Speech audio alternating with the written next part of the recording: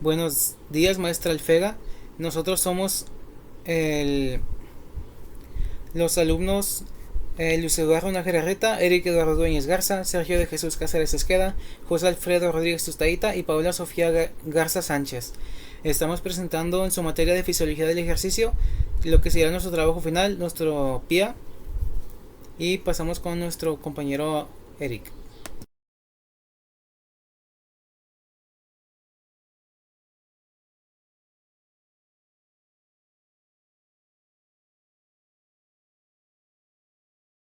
Muy bien, procedemos con el tema que serían factores que involucran en el desarrollo de la resistencia, siendo el primer factor el descanso y recuperación.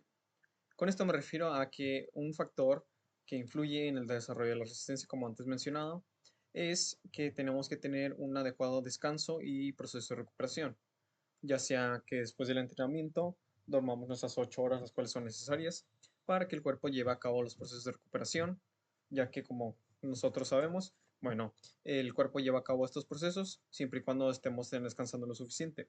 Si no llegamos a descansar lo suficiente o, por así decirlo, no tener el sueño adecuado, estos procesos se pueden ver afectados y, bueno, a la vez haría que nuestro cuerpo no se recupere de una manera óptima y que sería más lento la progresión y recuperación de cada individuo. Procediendo con el siguiente factor, el cual es la exposición repetida. Bueno, con esto hacemos mención a que claro está que, bueno, el hacer ejercicio influye en el desarrollo de la resistencia. Sin embargo, este tiene que ser repetitivo y de una manera óptima. Con esto nos referimos a que, bueno, si la persona desea trabajar lo que viene siendo la resistencia en este caso, tiene que trabajarla, no sé, un mínimo de 3 días, mínimo de 4, mínimo de 5. Esto dependiendo claramente de las condiciones en las que se encuentre nuestro individuo, de, bueno, si éste puede realizar estos tipos de ejercicios, ya sea de una intensidad alta, moderada, baja, ya que, bueno, si los hace de una intensidad baja, claro está que puede hacerlo los 7 días de la semana sin ningún problema. Si lo hace de una moneda media, bueno, puede realizarlo ya sea 4 días a la semana, 3 días a la semana, y si lo hace de una intensidad alta, bueno, aquí se necesitaría de un médico deportivo el cual le tenga, por así decirlo, las instrucciones de qué es lo que tiene que realizar, cómo realizarlo, para que se lleve a cabo de la mejor manera posible, sin ningún tipo de lesión o accidente. Procediendo con el siguiente factor que vendría siendo la intensidad y duración. Bueno, con esto nos hacemos referencia a que claro está que para que esto resistencia, bueno, la intensidad y la duración del ejercicio también es un factor muy importante. Con eso nos referimos a que, bueno, una persona puede decir, no, sí, es que yo trabajo la resistencia 7 días a la semana. Sin embargo, como antes mencionado, yo lo trabajo de una intensidad baja. Es decir, que, bueno, yo simplemente salgo a caminar 10 minutos a la semana, perdón, 10 minutos a cada día a la semana, que pues la verdad no es mucho. Y la duración también, como, bueno, 10 minutos también, digamos, no es una cantidad muy alta. Por lo que, bueno, si se quiere llegar así a tener una, por así decirlo, un crecimiento más grande de esta capacidad física, bueno, claro está que se debe de llevar a cabo una intensidad y una duración adecuadas dependiendo de los beneficios que busque la persona, así como de sus necesidades, claro está. Si es una persona grande, pues bueno, no puedes decirle, oye, sí, pues tú camina media hora en el parque para que te sientas a todo, ¿verdad? No. Claro está que si decimos eso, pues bueno, claro que la persona va a llegar a sentirse mal o va a subir algún tipo de, bueno, accidente cardíaco, por así decirlo, por lo que tiene que estar no solo, por así decirlo, intenso y duración adecuadas a la edad, sino también a las condiciones del paciente, ya que, bueno, también, digamos, si el paciente o el atleta sufre de alguna condición cardíaca o pulmonar, bueno, tenemos que tenerlo muy en cuenta, ya que estos pueden llegar a variar y afectar de manera muy grande lo que vendría siendo la resistencia si es que llegamos a involucrar. Y bueno, finalizando con el último factor que vendría siendo un plan de entrenamiento adecuado, así como una dieta. Con esto hacemos referencia a que, bueno, estos son, por así decirlos, también un punto muy, muy importante, ya que, bueno, podrás decir, sí, claro, yo hago ejercicio, sin embargo, yo como pues lo que se me dé la gana, realmente no llevo un plan alimenticio. Bueno, aquí claramente va a haber un incremento. Sin embargo, bueno, si llevamos a cabo una dieta la cual vendría siendo más beneficiosa, la cual sea balanceada de proteínas, grasas y carbohidratos, así como un plan de entrenamiento adecuado, como lo mencioné antes, no solo para la persona, sino para las condiciones, la edad y el género que sea la persona. Bueno, nuestros beneficios de no solo la capacidad de resistencia, sino de cualquier otra capacidad que estamos trabajando, se va a ver beneficiada, puedo asegurarles, de una manera muy, muy impresionante. Y bueno, con esto terminamos lo que vendría siendo la parte de factores que se involucran en el desarrollo de la capacidad de la resistencia. Espero que lo hayan entendido. Muchas gracias. Ahora yo les voy a hablar sobre de qué depende la resistencia. La resistencia depende mucho de las fibras musculares, pues cada persona es diferente, su cuerpo es diferente y cada atleta tiene diferentes fibras. Existen dos tipos de fibras, que son las fibras que vimos en clase. Las rojas, también llamadas fibras tipo 1, son un tipo de células que se encuentran en los músculos y que son usadas mayormente cuando se realizan actividades y ejercicios que necesitan de mucho oxígeno, es decir, ejercicios aeróbicos. A esto me refiero más que nada a los deportes tipo atletismo, que hay prácticas como los maratones o marchas. Luego están las fibras blancas o tipo 2B. Son un tipo de células musculares que tienen la característica principal de tener una velocidad de contracción rápida. Usando el mismo deporte, atletismo, sería la carrera de 100 metros.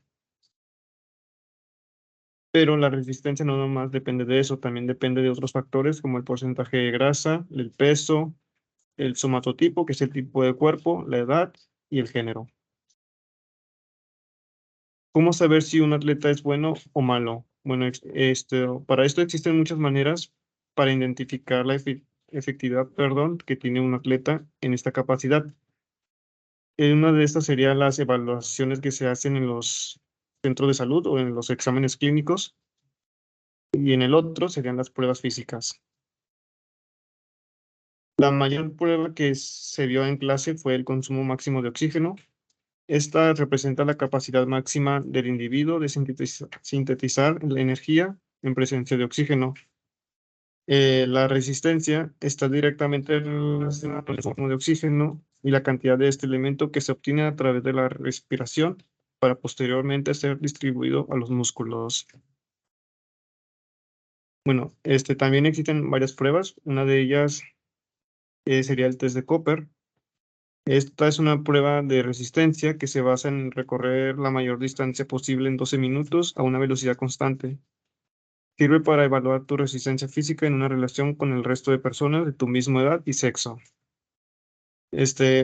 También este tipo de pruebas tienen gráficas o muestras que te indican si eres bueno o malo, ya que esto depende más o menos de tu edad, de tu género y del tiempo que te hayas tardado, obviamente, o el tiempo, o los metros, o lo que estén evaluando en esa prueba.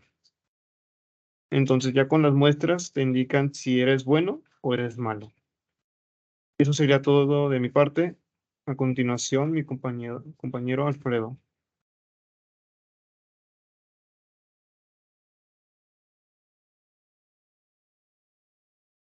Bueno, y a continuación les voy a mostrar cómo se puede entrenar la resistencia cardiovascular, las formas y los formas más correctas de cómo entrenarlo.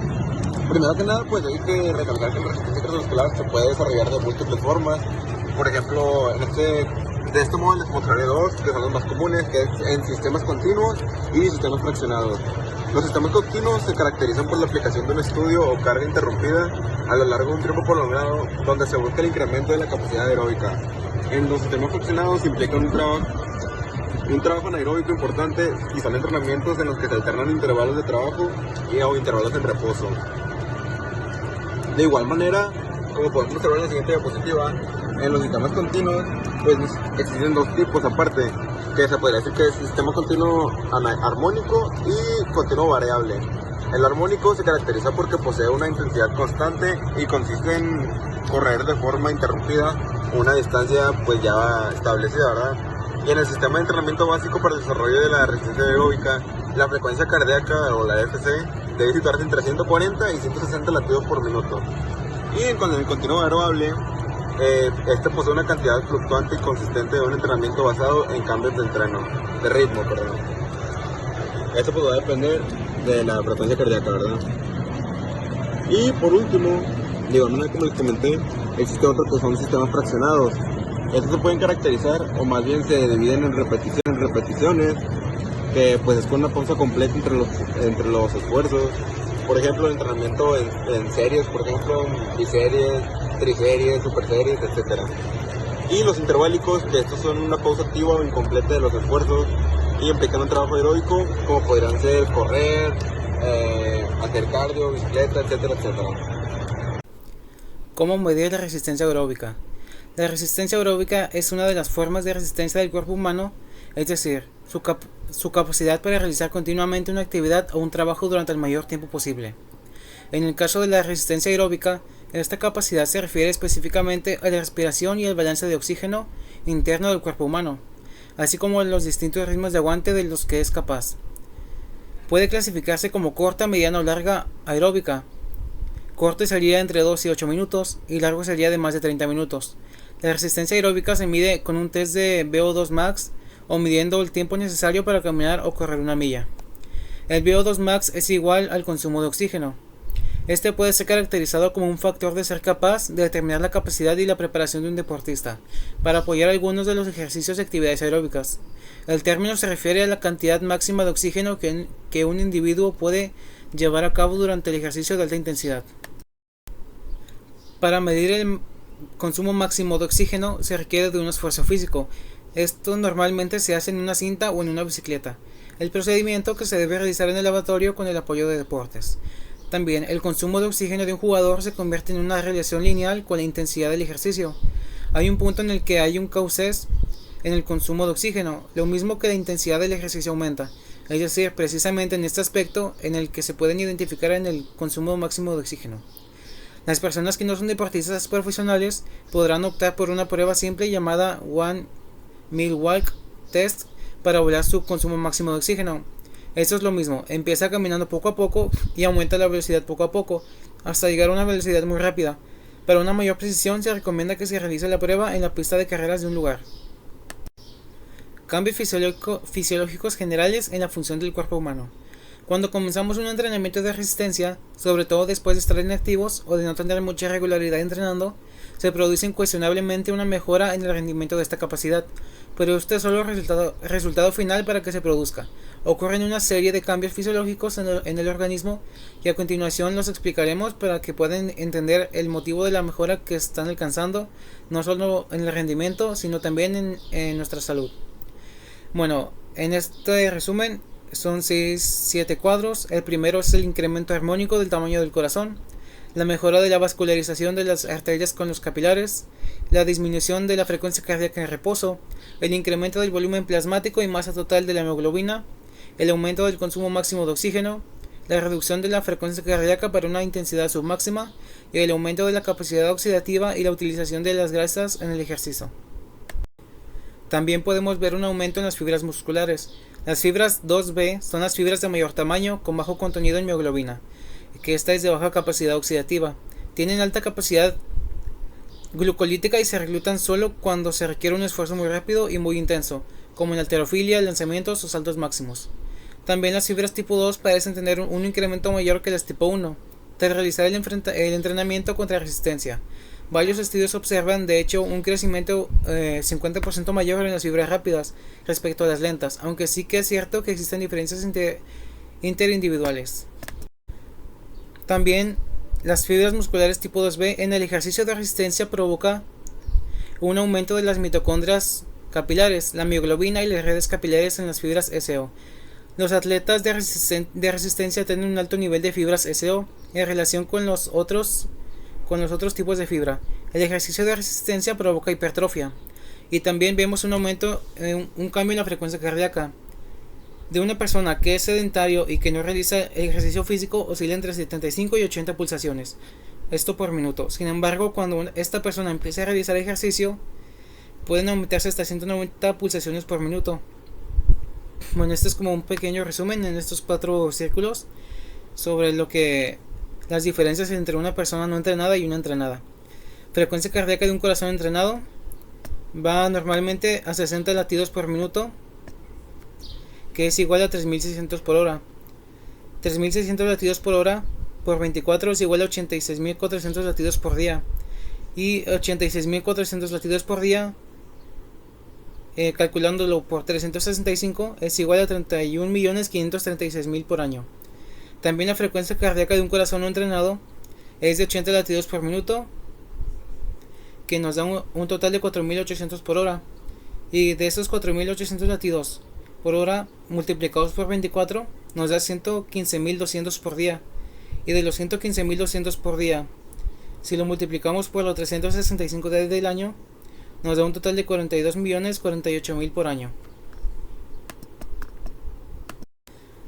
Bueno, y como conclusión, en este trabajo final por parte del maestro nos tocó hablar sobre la capacidad de resistencia, y durante esta exposición hablamos acerca de cómo se mide, qué pruebas hay que hacer para medirla, qué tipos de resistencia existen, cómo nuestro cuerpo sufre cambios positivos después de un entrenamiento de resistencia y qué factores se involucran en su desarrollo.